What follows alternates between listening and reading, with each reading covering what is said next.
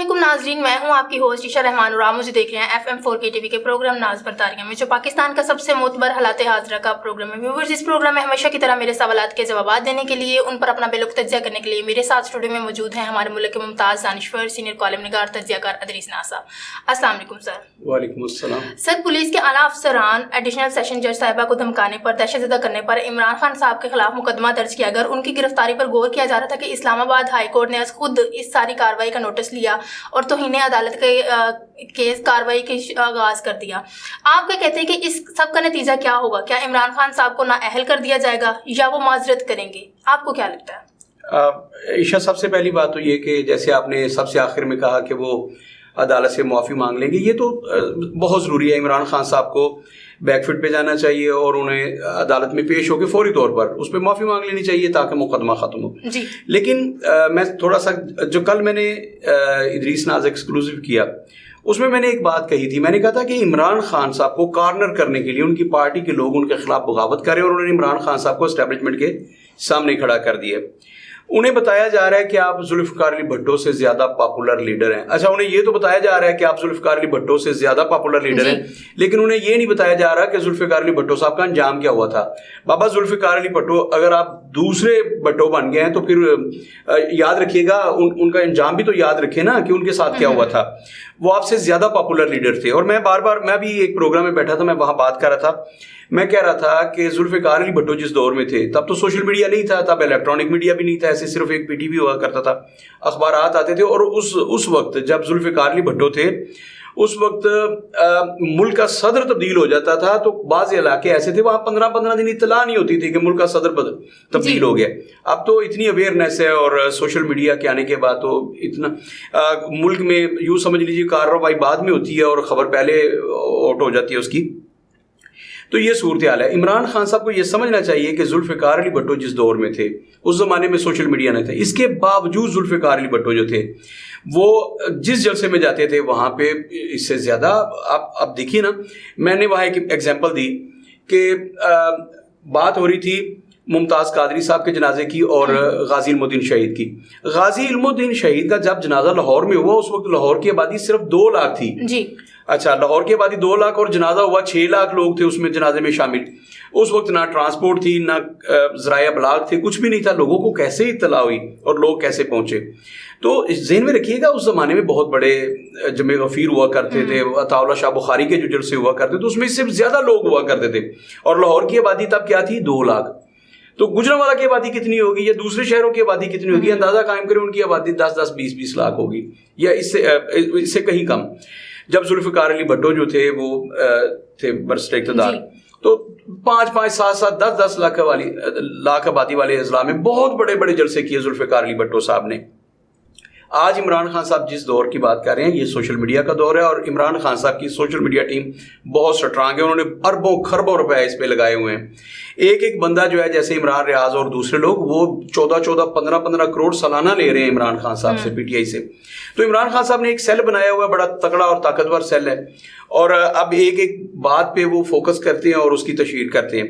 تو عمران خان صاحب کو ان کے قریبی لوگ یہ بتا رہے ہیں جناب آپ تو ذوالفقار علی بھٹو سے بہت پاپولر ہیں، آپ کے جلسے دیکھیں کتنے بڑے ہو رہے ہیں۔ عمران خان صاحب کو زوم میں رکھ کے اسٹیبلشمنٹ کے سامنے کھڑا کر دیا۔ جو عمران خان صاحب نے یہ تقریر کی ہے لیاقت باغ میں، وہاں پہ لیاقت باغ میں تو تقریر نہیں کی، یہ جو شہباز گل صاحب کی گرفتاری کے خلاف ریلی تھی جس میں یہ انہوں نے اسپیچ کی ہے، اور اس میں انہوں نے IG اسلام آباد کو، DIG صاحب کو اور زیبا چودھری صاحبہ جو ایڈیشنل سیشن جج جن کا آپ نے ذکر کیا، ان کو جو انہوں نے للکارا، جیسے انہوں نے کہا کہ میں تم کر کے مخاطب کیا، میں تم لوگوں کو نہیں پڑھ لوں گا، یہ کر دوں گا۔ اس پہ انہوں نے مجسٹریٹ صاحب کی مدعیت میں ایک مقدمہ درج ہوا ہے جس میں انہوں نے کہا ہے کہ عمران خان صاحب نے عدلیہ اور پولیس کے اعلیٰ افسران کو ڈرایا دھمکایا اور انہیں دہشت زدہ کیا ہے۔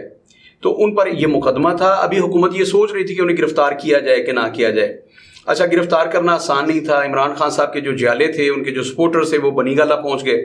تو یہ دیکھیے ہوا کیا ہے، اسی اسنا میں رجسٹرار جو ہیں اسلام آباد ہائی کورٹ کے، انہوں نے سموٹو ایکشن کے لیے نوٹس تیار کیا۔ اس نوٹس پر تین لارجر بینچ بن گیا ہے، تین، جس میں جسٹس ہیں، جسٹس محسن اختر کیانی ہے، جسٹس بابر ستار ہیں، جسٹس گل حسن اورنگزیب ہیں. ان تین ججز پر، جسٹس پر مشتمل ایک لارجر بینچ بنا دیا گیا جو اس کیس کی سماعت کرے گا. اچھا، جن لوگوں کو عشاء اس بات کا علم نہیں ہے انہیں میں بتا دوں کہ آصف علی زرداری صاحب کے خلاف بھی ایک، جیسے یہاں فارن فنڈنگ کیس ہے نا، ان کے خلاف سرے محل اور یہ وہ ایک کیس تھا.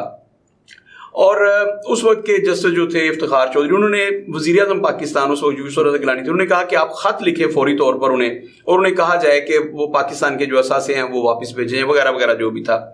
انہوں نے بڑا لیت العار سے کام لیا. آصف زرداری صدر پاکستان بھی تھے اور پاکستان پیپلز پارٹی کے بھی سربراہ تھے.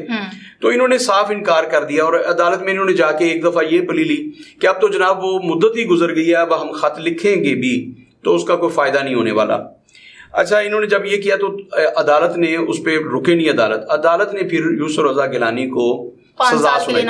نہیں، وہ سزا سنے پہلے، بڑے کمال کی سزا تھی. اگر وہ انہیں سزا دیتے کہ بھائی انہیں 1 مہینے قید کی، کیونکہ توہین عدالت پر 6 ماہ کی سزا دی جا سکتی ہے، جج صاحب دے سکتے ہیں.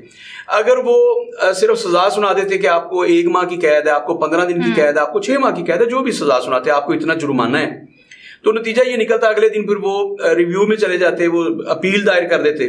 تو سپریم کورٹ آف پاکستان نے یہ فیصلہ کیا تھا اس وقت کے ججز نے کہ ہم نے ان کو، یوسف رضا گیلانی کو، یہ اختیار بھی نہیں دینا، یہ حق بھی نہیں دینا کہ اپیل کر لیں.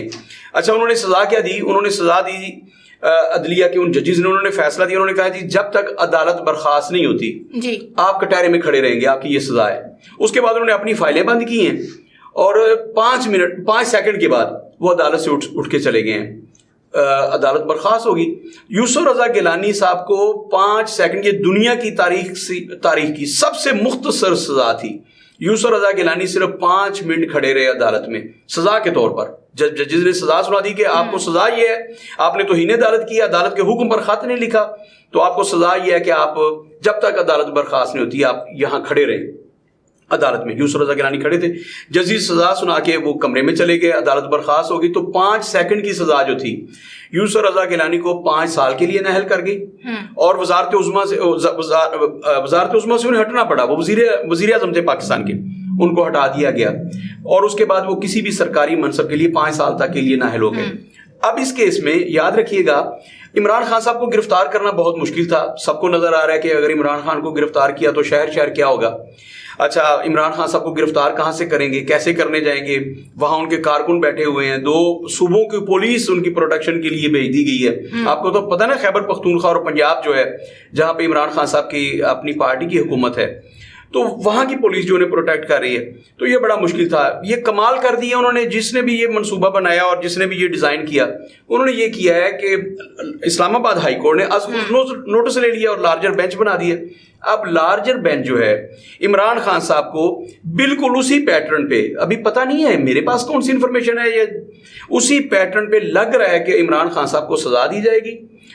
بے شک وہ ایک لمحے کی ہو یا جو بھی ہو، ممکن اس کا پیٹرن اس سے بالکل مختلف ہو، لیکن عمران خان صاحب اس کے نتیجے میں اگلے 5 سال کے لیے نااہل ہو جائیں گے. جب 5 سال کے لیے نااہل ہو جائیں گے، ابھی تو وہ 9 حلقوں سے الیکشن لڑنے جا رہے تھے نا، اور جو پاکستان کی تاریخ میں ایک سب سے بڑا ریکارڈ بننے جا رہا تھا جی، تو عمران خان صاحب کو نااہل قرار دیا جائے گا اور 5 سال کے لیے انہیں سائڈ پہ کر دیا جائے گا.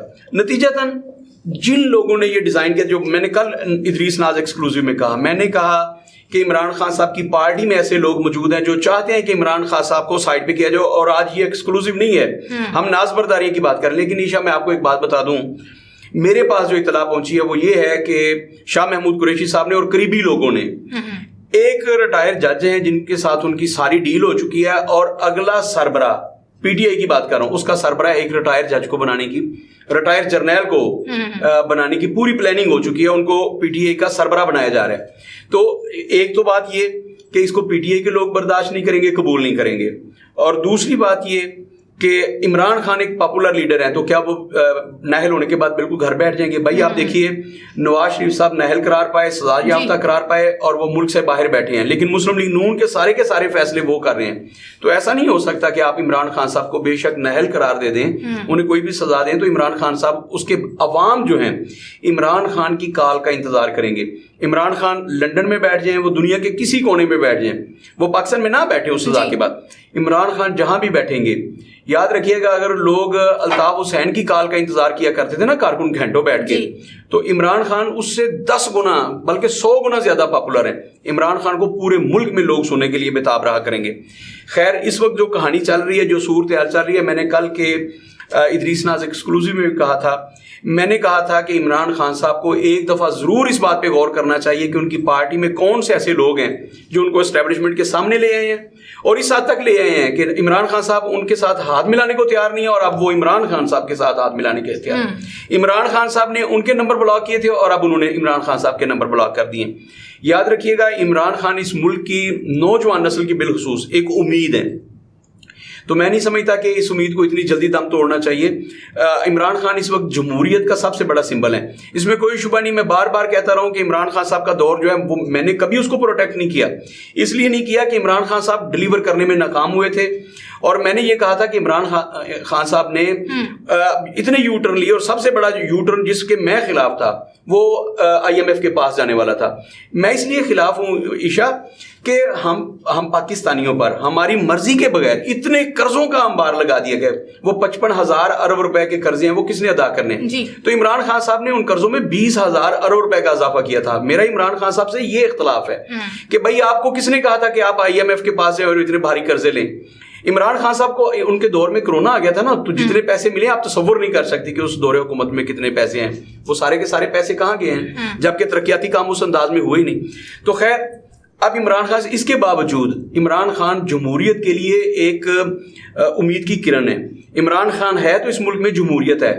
عمران خان کو اگر آپ کارنر کرتے ہیں, انہیں سائڈ پہ کرتے ہیں, انہیں نااہل کرتے ہیں, جیسے بھی کرتے ہیں, تو یاد رکھیے گا اس سے انارکی پھیلے گی. میں واضح طور پر کرنا چاہتا ہوں کہ عمران خان کو ہٹانے کے بعد اس ملک میں انارکی پھیلے گی, اس ملک میں ایک عجیب سی افراتفری پھیلے گی, اور اس ملک میں کوئی بھی حکومت جو ہے مستحکم نہیں رہ سکے گی. تو عمران خان کے خلاف جو سازش ہو رہی ہے, سب سے پہلے تو سازش کو عمران خان سمجھیں کہ وہ ان کی پارٹی کے اندر بھی اور باہر بھی ہے. وہ امریکہ کے خط کا بار بار ذکر نہ کریں کہ ان کے خلاف امریکہ میں سازش ہوئی ہے. بھائی آپ کے خلاف سازش آپ کے گھر میں بیٹھ کے ہوئی ہے, اس کا آپ نوٹس لیں. اور اگر میرے ذرائع مجھے یہ بتا رہے ہیں کہ ایک سابق جرنیل کو تیار کیا جا رہا ہے کہ وہ پارٹی کی سربراہی کریں گے, عمران خان صاحب کو نااہل قرار دیا جائے گا اور یہ کیا جائے گا وہ کیا جائے گا, تو کیا عمران خان صاحب کو اس بات کا علم نہیں ہوگا؟ خان صاحب کو ڈیفینیٹلی ان تک اطلاعات ہوں گی. تو خان صاحب سب سے پہلے تو ان کا نوٹس لیں, ان لوگوں سے بچیں. اور میں دوبارہ کہوں گا کہ عمران خان صاحب نے یہ جو کیا ہے, ایک تو انہوں نے سب سے پہلے آپ کو پتہ نہیں آج نواز شریف کو جو سزا ہے وہ کیا تھا, وہ بھی یہی کہہ رہے تھے نا, خلائی مخلوق خلائی مخلوق خلائی مخلوق. تو یہ نیوٹرلز کہہ کے عمران خان صاحب کو امپائر پہلے کہا, انہوں نے ٹرم استعمال کی, وہ خلائی مخلوق کیا کرتے تھے. انہوں نے خلائی مخلوق کو للکارا تھا نواز شریف نے. عمران خان صاحب نے پہلے امپائرز اور پھر نیوٹرلز کہہ کے ان کو للکارا ہے.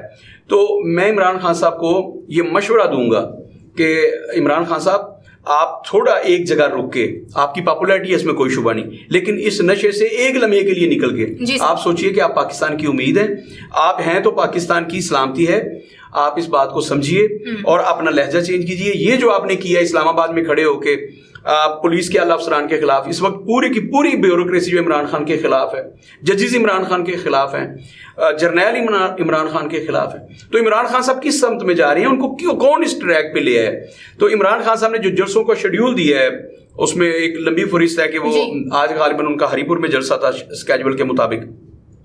تو عمران خان صاحب ان جلسوں میں اپنی ٹیون کو بہتر کریں, اداروں کی مضبوطی کی بات کریں. ان کا یہ میسیج ہونا چاہیے کہ میں ریاست پاکستان کے ساتھ کھڑا ہوں, پاکستان کے اداروں کے ساتھ کھڑا ہوں, میں پاکستان کے اداروں کو مضبوط کروں گا. اور جو کرپٹ اہلکار ہیں, کرپٹ جرنیل ہیں, ججز ہیں, ان کا تو میں محاسبہ کروں گا. لیکن جو بندہ کیا آپ کے خلاف جو فیصلہ دے گا, آپ کے کسی کارکن کی صرف یہ کہ بیل نہیں لی یا ریمانڈ دے گا تو آپ اسے عبرت ناک انجام سنا دیں گے؟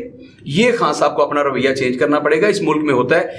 اب مسلم لیگ نون نے تو یہ نہیں کیا تھا کہ نواز شریف کو جس نے سزا دی تھی نااہل کیا تھا, انہوں نے کہا کہ ہم آپ کو الٹا لٹکا دیں گے, ہم آپ کو پھائل لگا دیں گے, یہ کر دیں گے. تو یہ عمران خان صاحب کا رویہ غلط ہے. عمران خان صاحب کو ایک دفعہ رک کے اس پہ سوچنا ہوگا, اور عمران خان صاحب کو چاہیے کہ وہ اداروں کے ساتھ اپنے تعلقات کو بہتر بنائیں. جی ناظرین, آپ نے ہمارے سینئر تجزیہ کار کی گفتگو سنی. امید ہے آپ کو آپ کے بہت سے سوالات کے جوابات مل گئے ہوں گے. اسی کے ساتھ اپنی میزبانی شاہ رحمان کو اجازت دیجیے. اللہ حافظ.